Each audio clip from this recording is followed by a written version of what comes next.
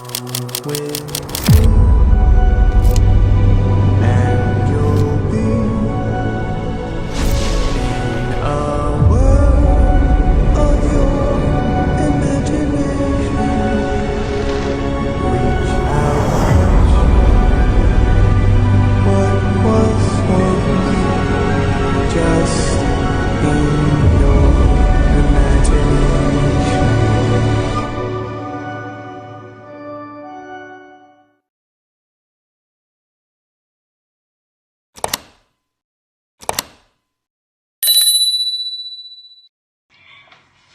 Okay.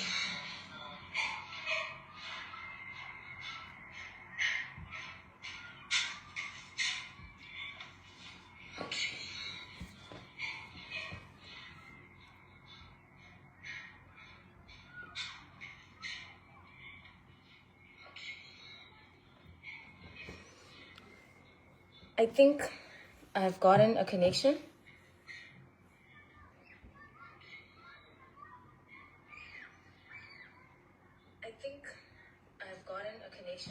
Yeah. So now I'm able to see from both ends what's going on. And then that will make it easy for me. So we'll continue from where we left. I'll just summarize everything once again. So I was talking about your age requirements, your health status, and your general qualifications that you need to have for you to be able to be part of the crew. So we talked about the age. You should be 21. You should have a diploma, and that your diploma, like the high school diploma, like Form 4, yeah, in English on one of the qualifications. And then you must be able to speak the English as well for communication purposes. And your English skills should actually be on point so that you can be able to communicate. Your communication level should allow you to be open to feedback and the like. So those are some of the requirements that could actually help you out. If you have any questions, just type them and then I can see them there in the section. And what else? Yeah. So we're talking about how to get recruited from Zimbabwe. So Zimbabwe, there are a lot of recruitments happening from Zim, open day recruitments. They're happening with Qatar Airlines and Emirates Airlines. What you need to do is you need to go to the website, which is on the link in their bio, as I was saying. So I want to try and show you where you would find that. But I don't know if you can see my screen, or should I find an option to share the screen?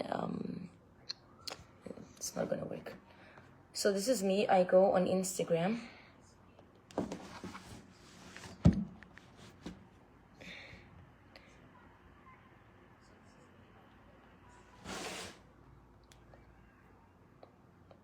Okay, this network is biased. Okay, first you just go on Instagram and Facebook.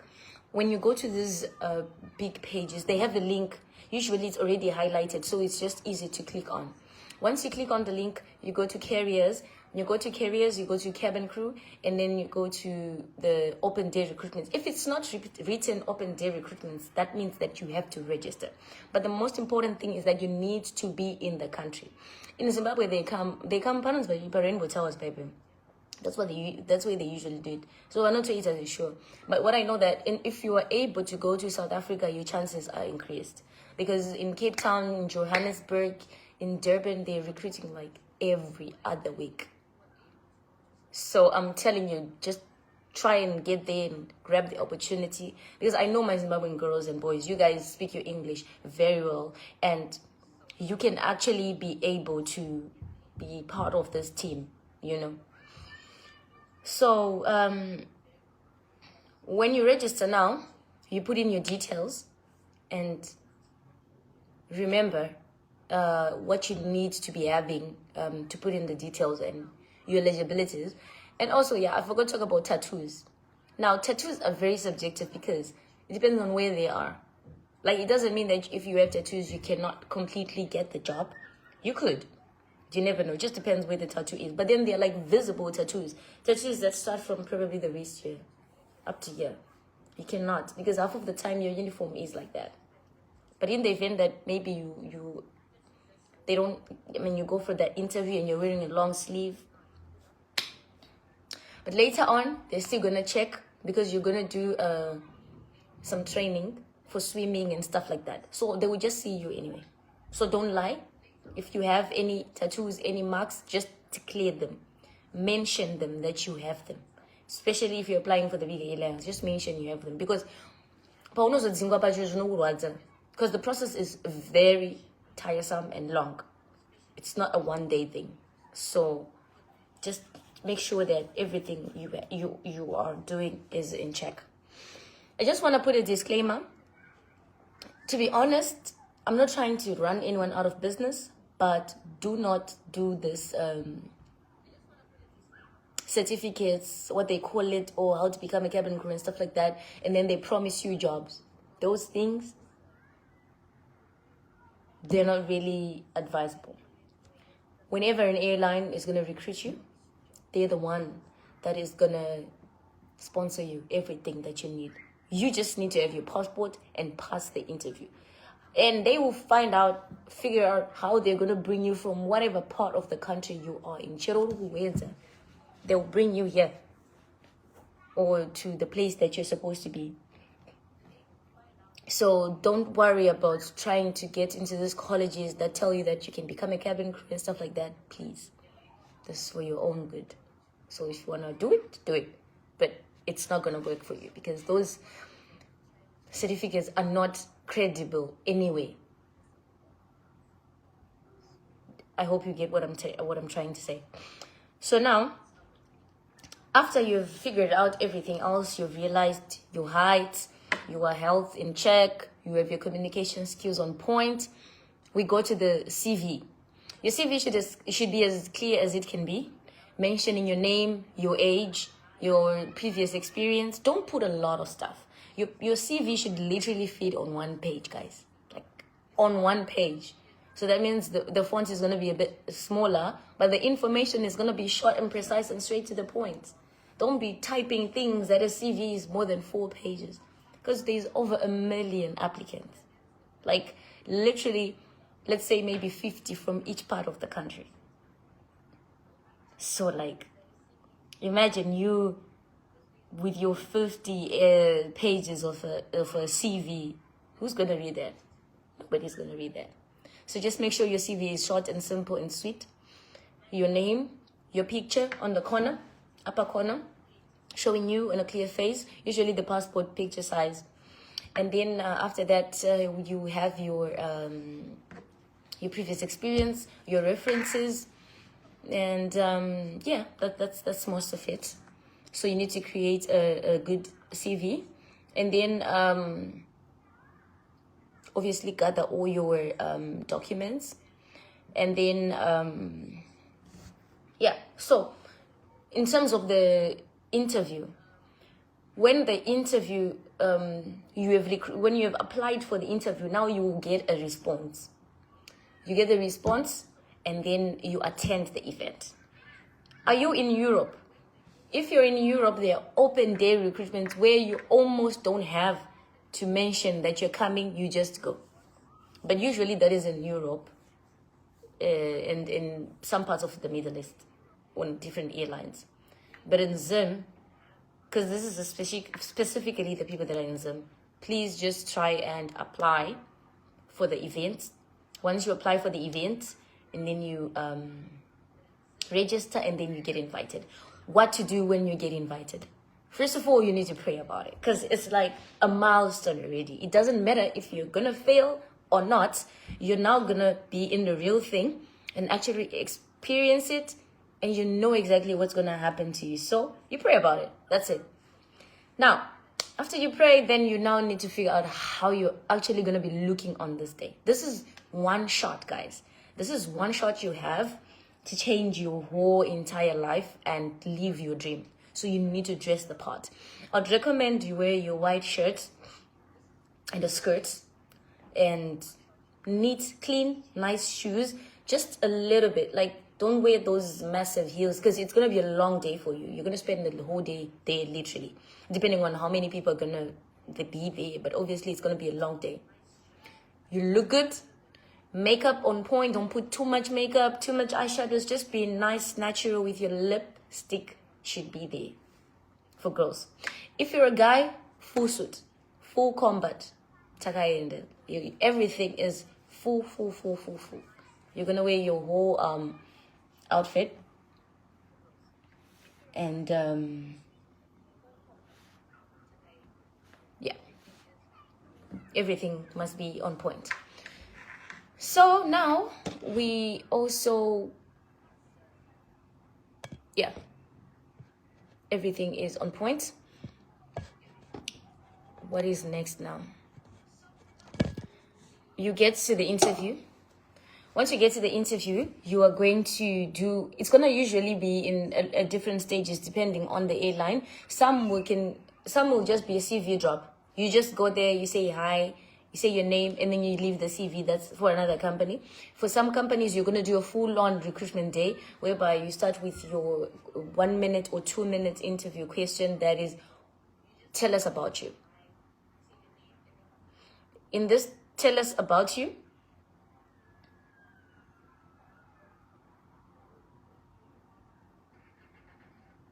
yeah, it's going to be tell us about you. In this tell us about you, you're going to obviously do a 2 minutes about it, and we're going to do a dedicated live for what you're going to say in those 2 minutes, because this 2 minutes can change your life. And then after that, you can do group activities, and we're going to do a separate live for group activities, because there's another segment. And then after that, we're going to do the final interview, and we're going to do the English test. And then, yeah, so you're going to do the English test and then the final interview. So all of the stages are going to need to be done by you in a day. So when I'm telling you it's going to be a long day, I mean it. It's going to be a really, really, really long day. So now, you're going to go there in your full suit and everything and just wait for instructions. And now, in the event that you pass the interview, then you obviously get your background check for the medicals. And then you're going to do an actual background check. An actual background check usually involves your criminal records. If you have some, then it's a no-no, boo-boo. So, no criminal records on your file. So you actually go to the police in your country so that you can get a certificate that is like your clearance from any whatsoever events that could have made you to be having a black file. So you're going to bring that background check, because what's going to happen is they're going to still do it alone. They can do it, but you just need proof that you have actually done it and passed it. And then they're just going to do extra checks on it. But they would still check on their own. They have a proper system that can check which countries you've been to, what you've done, what you've been involved in. Everything they know, and they're going to find out. So don't be... don't lie to yourself or something like that, because it's really, really, really important that you get this paperwork done properly. Nicole said, what if you applied and also did the assessment but hasn't been a response thereafter? Okay, it depends now on the airline that you applied. Usually some airlines, they take longer because they usually have a backlog. And what they do is that they're trying to just put people in positions, and then once it's ready, then they will recruit you. So usually when you wait for that long, it means it's going to come. An answer will come. You just have to be patient. But in the meantime, apply for other airlines that are actively recruiting. Because airlines like Emirates or Qatar, they recruit every other week. But sometimes they are not actively recruiting. And actively recruiting, it means that they need people immediately. And sometimes they don't need people immediately. Sometimes they do. So, depending on the period that you've applied from up to now, then you can also make a conclusion on your own. But just stay calm and just wait. One day, that congratulations is going to come. As long as there's no rejection. This is what I always tell my friends. As long as you've not been rejected, you've not gotten the rejection email, you're good to go. The worst part is getting the rejection email. But as long as you've not gotten the rejection email, you're still safe. And there's still an opportunity or a chance for you to actually get the job. So, did I answer you well?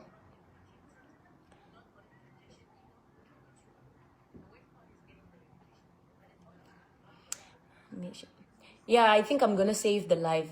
I think I'm gonna save the live, and you can see it. If I don't manage to save it, then I don't know what to do.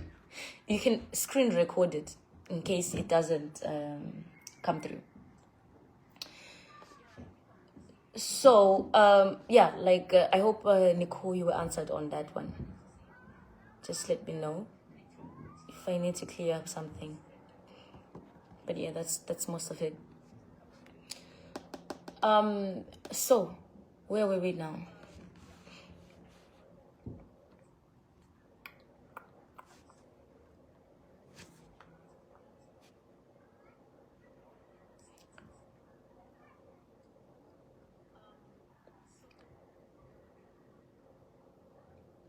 Yeah, we were talking about the certificate that you're cleared. So like I was saying, that they're going to do a background check of you because they already have a system in place that is able to track down all of this. So you're going to go and get that. You usually get it at CID. It's in the city. Kuarare. Kuma avenues uko. Kuma avenues. Ukashika kuma avenues. Kune the place. Kuside nekuna ningirigin. Nekuna, I think kuna 7th and 6th. So that's where the headquarters of the Zimbabwe Police CID is located. If they don't give you there, then you can go to any local police station that is nearby. But try to go to the bigger ones where they can actually print something for you, because that's the most important thing. You need to have the certificate. And then that certificate is almost like a no objection for you in regards to any criminal history or something like that. And what else? And obviously your medical check. The medical check you can do on your own for yourself to know where you actually stand. But eventually, you're going to do it. So now, I will tell you what happens when you pass the interview. Now, when you pass the interview, you're going to wait for an email. The email is going to obviously be congratulating you. But at this point, you've not yet signed the offer letter. So this email is just going to congratulate you. Hi Nicole, hi Tinashe, or hi Sebastian. Congratulations on passing the cabin crew assessment day in Zimbabwe. Whatever, wait for further communications. Now this further communications is what we call the onboarding procedure. This onboarding procedure is going to be where you're going to start the procedure. Now you're going to be obviously doing the background checks, and then you're obviously going to be sending your documents. Because in Zimbabwe, what you really need is your diploma and your passport only. So you'll be sending this information, and then they tell you, okay, here's your offer letter. So you don't leave the country without an offer letter, and don't have any bogus people trying to tell you that you pay anything. You don't pay for anything at all. Everything, like I told you, is on the airline that is recruiting you. So I don't know. Everything that is related to aviation, please do not do these funny courses, number one. And number two, do not allow anyone to make you pay for anything, because everything is provided by the company. Okay? So now you are waiting, obviously, for the dates. Then you get invited, and then now you know the dates that you're going to be going on, and you prepare yourself. Your ticket, they're going to do the visa for you, and then you're going to arrive in the country. Now, when you arrive in the country, you're now going to sign your official offer letter.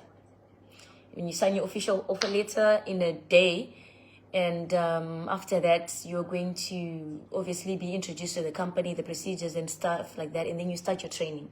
Now, this training is intense because it involves a lot of, what do you call it? In the diploma, it's like they call it a diploma, but no certificate are form 4. You need to have certificates are form 4 in English. That's what they call a high school diploma.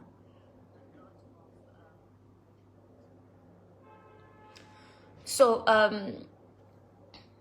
you get on this day, then you obviously get introduced to the company procedures, the policies, whatsoever it could be. And then you start your training. Your training is obviously going to be almost 3 months.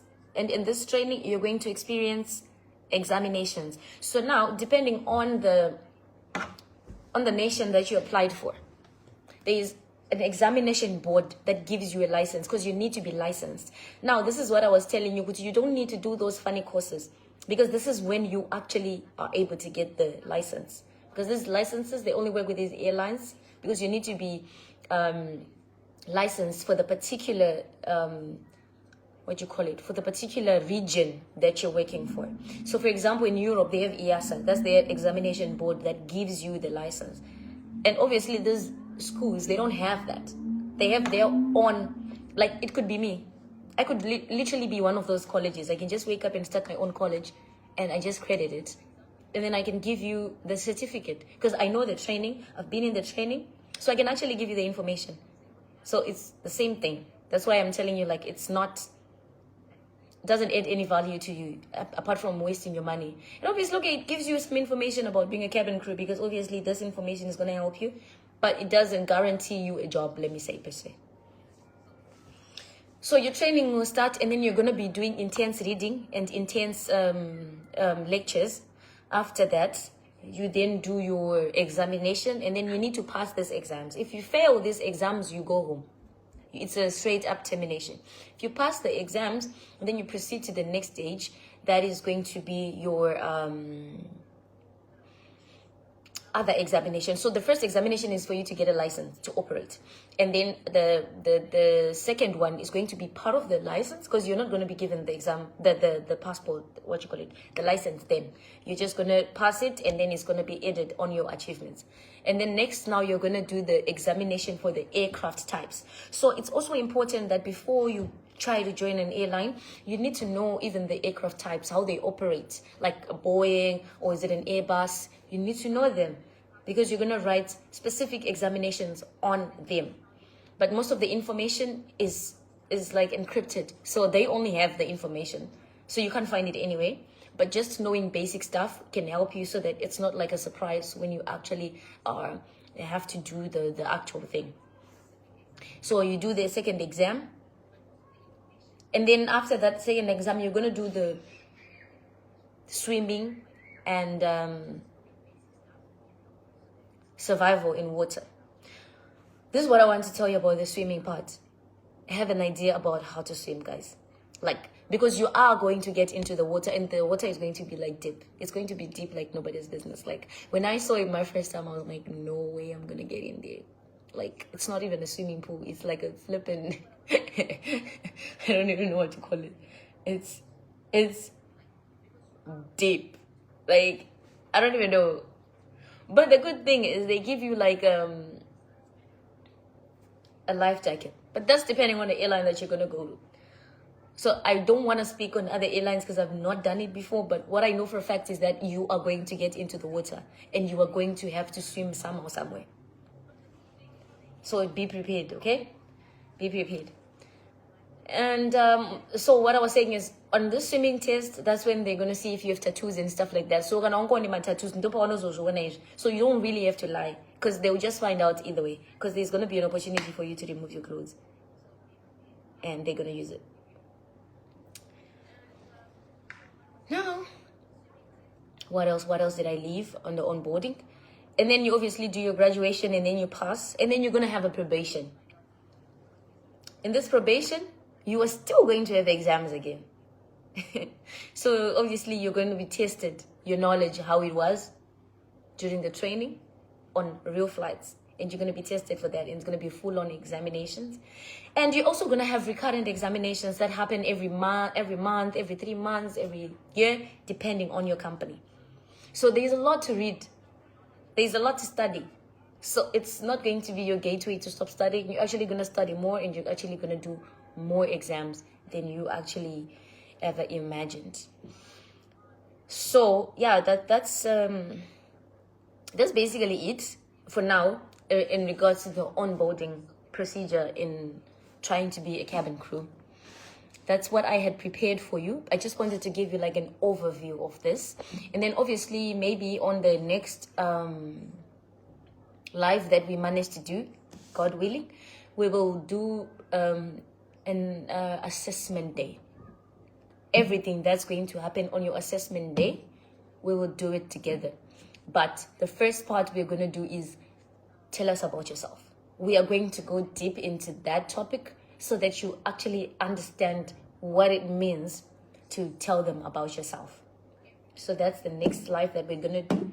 And I hope you guys will tune in and like and subscribe. All right, thank you so much. I hope this information was really meaningful to you. To be honest, guys, I have friends on TikTok, not even my friends. A lot of people are asking me, and I cannot answer each one of you.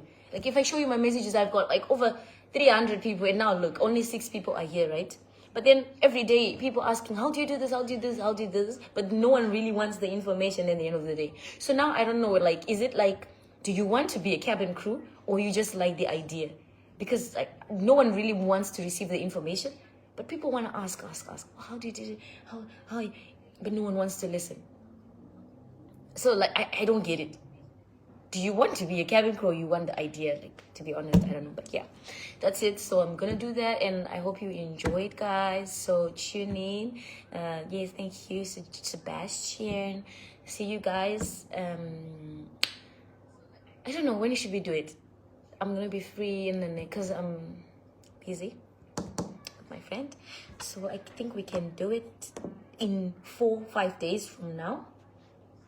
Okay, I'm gonna make an event on that, and you just register and we'll see you there. Okay, well, bye future cabin crews.